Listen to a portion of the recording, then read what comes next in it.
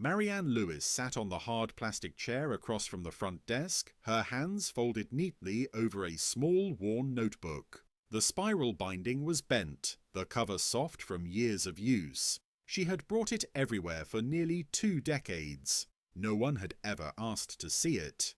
Marianne was black, in her early 50s, dressed plainly in a grey coat and sensible shoes. She didn't look like someone carrying the key to a mystery. She looked like someone people passed without noticing. Too quiet, too careful, too ordinary to matter.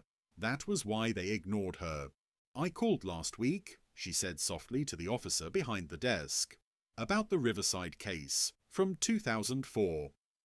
The officer didn't look up right away. He kept typing, eyes flicking across a screen filled with newer problems. When he finally glanced at her, his expression was polite but tired. "That case is closed," he said. "No new leads." Marianne nodded. She had heard those words many times. "I know," she replied, "but I was there. That night. I gave a statement back then, but—" He sighed, already half done with the conversation. "Ma'am, a lot of people thought they saw something. It was chaotic." Marianne opened her notebook. Carefully, deliberately. "I wrote things down," she said.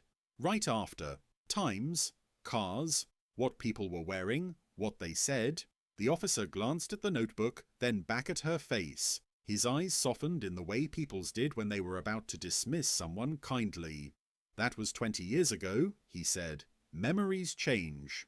"These didn't," Marianne answered. He smiled, tight and practiced. "If you remember something specific, you can file a supplemental statement, but I can't promise." "I remember everything," she said. That made him pause, not because he believed her, but because it was inconvenient. He gestured toward a side table. "You can wait there," he said. "Detective might be free later." Later usually meant never. Marianne sat down, notebook resting on her lap, and waited. She had been waiting since the night Lena Porter disappeared.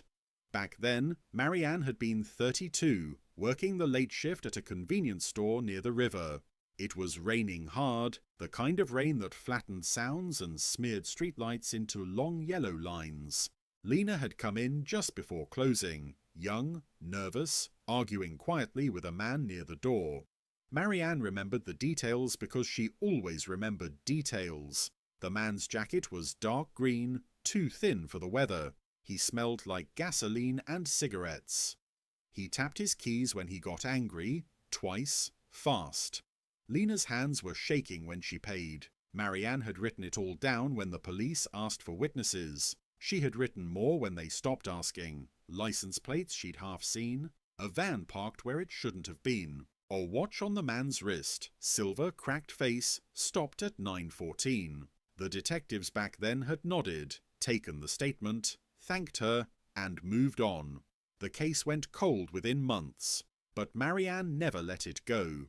Every anniversary, she reread her notes. She added small things she remembered later, sounds, expressions, the way Lena had looked back over her shoulder before leaving the store. Marianne kept newspaper clippings tucked into the notebook. When articles contradicted what she knew she'd seen, she circled the lines in red ink. She trusted paper more than memory. Across the station, officers laughed at something on a phone. A printer whirred. The clock on the wall ticked loudly, counting time the way it always did, indifferent.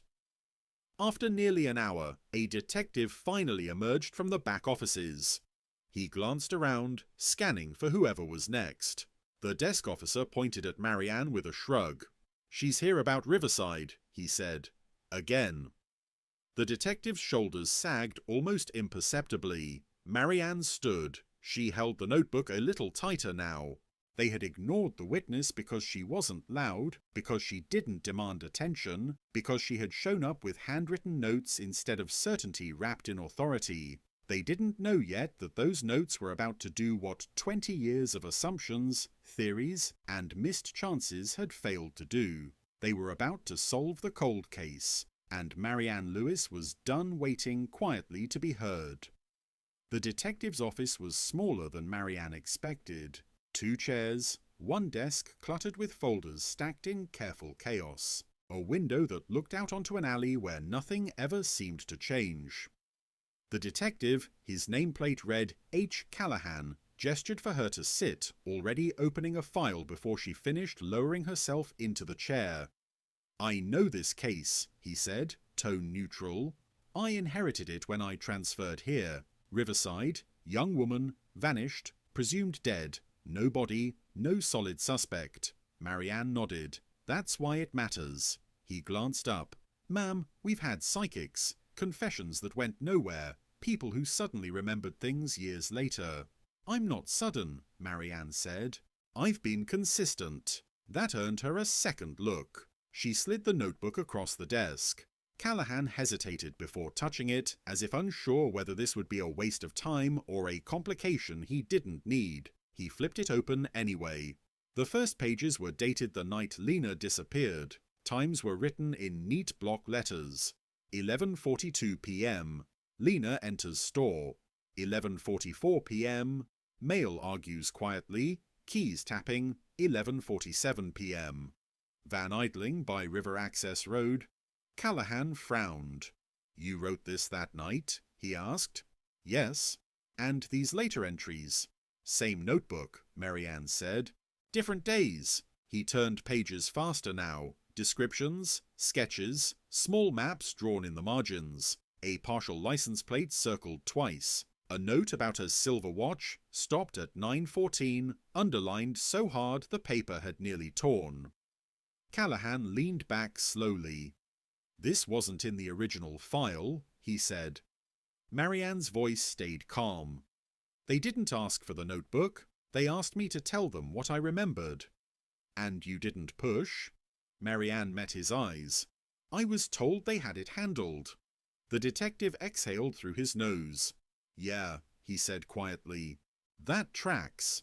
He stood and went to a filing cabinet, pulling out a thin folder labelled Porter L. He spread its contents on the desk beside the notebook. Photos, reports, typed statements. The gaps were obvious once you knew where to look. "This watch," Callahan said, tapping Marianne's note.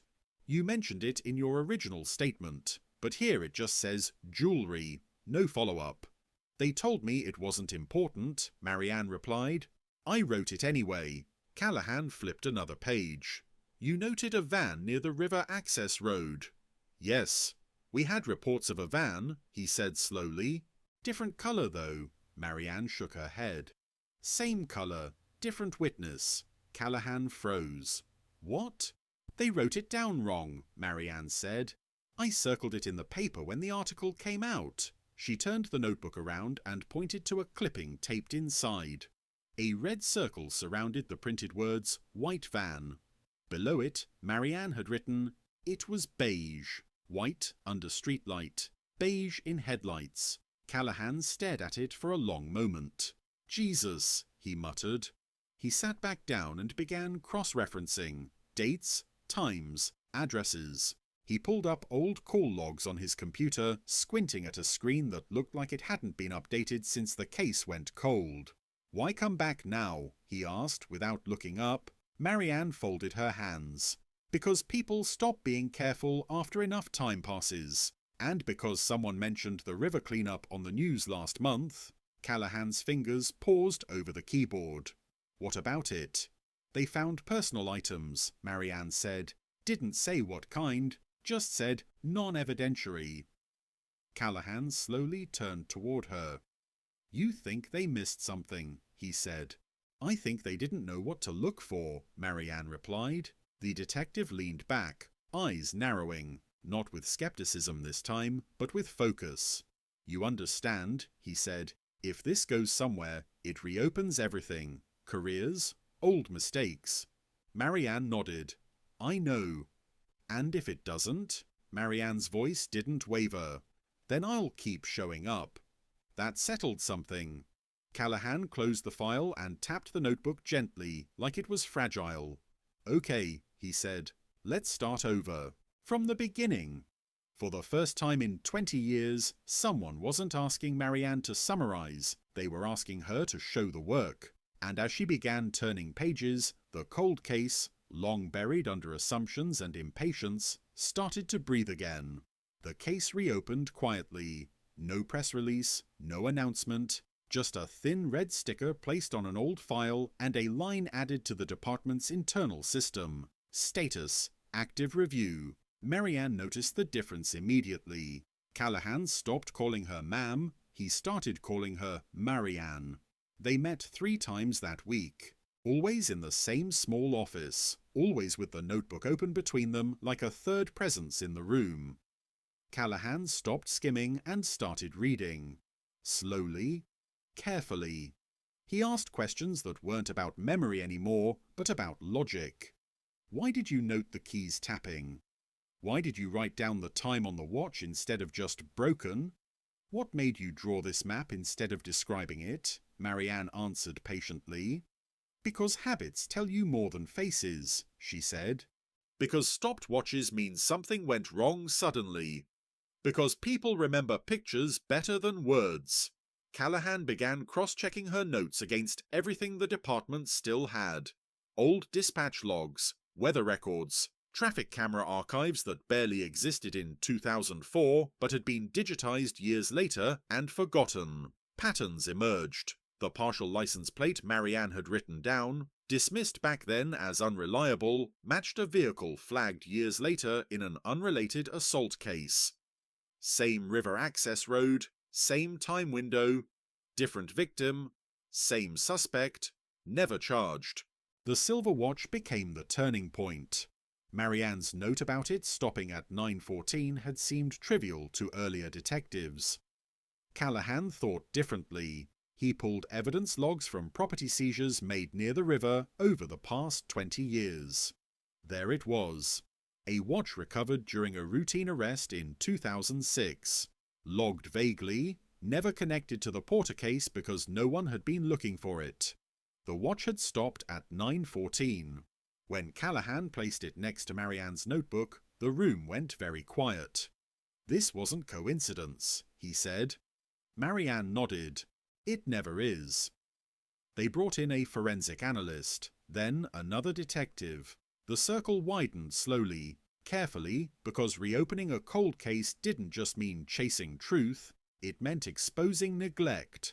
The suspect was still alive, older now, heavier, careful in the way men get after believing they've outlasted consequences. He had moved twice since 2004, changed jobs, changed routines, but habits left shadows. The keys. Callahan noticed it during the interview. The tapping, twice, fast, just like Marianne had written. Afterward, Callahan sat alone in his office, staring at the notebook.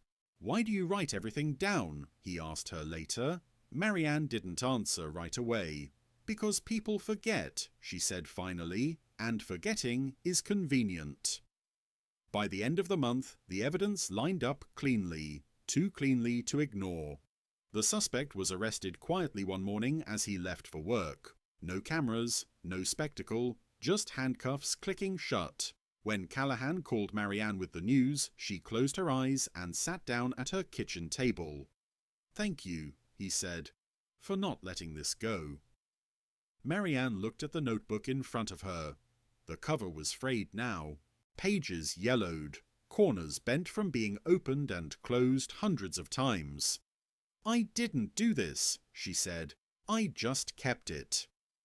The district attorney would later call it remarkable civilian documentation. The papers would say new evidence leads to arrest. People would wonder how something so important had been missed for so long. Marianne knew the answer. They had ignored the witness because she didn't demand attention, because she spoke softly, because she trusted ink more than outrage. But ink doesn't fade the way memory does. And her notes, patient, precise, and dismissed, had done what shouting never could. They had solved the cold case, and the silence that followed wasn't empty anymore. It was finally at rest.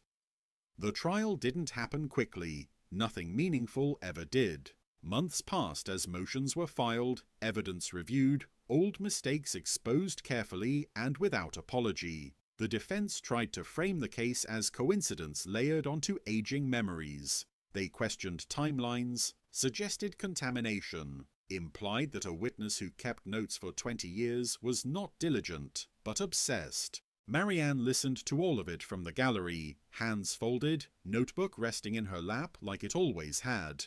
When she was called to testify, the courtroom leaned in without realizing it. She didn't raise her voice. She didn't dramatize the night. She didn't speculate. She opened the notebook. Page by page, she walked them through the truth exactly as it had happened. Times written before outcomes were known, details recorded before they mattered, observations made when no one was watching her closely enough to correct her. The defense tried to rattle her. "Miss Lewis," the attorney said, pacing slowly, "isn't it possible you added details later, after reading articles, after hearing theories?" Marianne looked at him calmly. "That's why I date everything," she said, "and why the ink changes." She held up the notebook. Different pens, different pressures, different nights.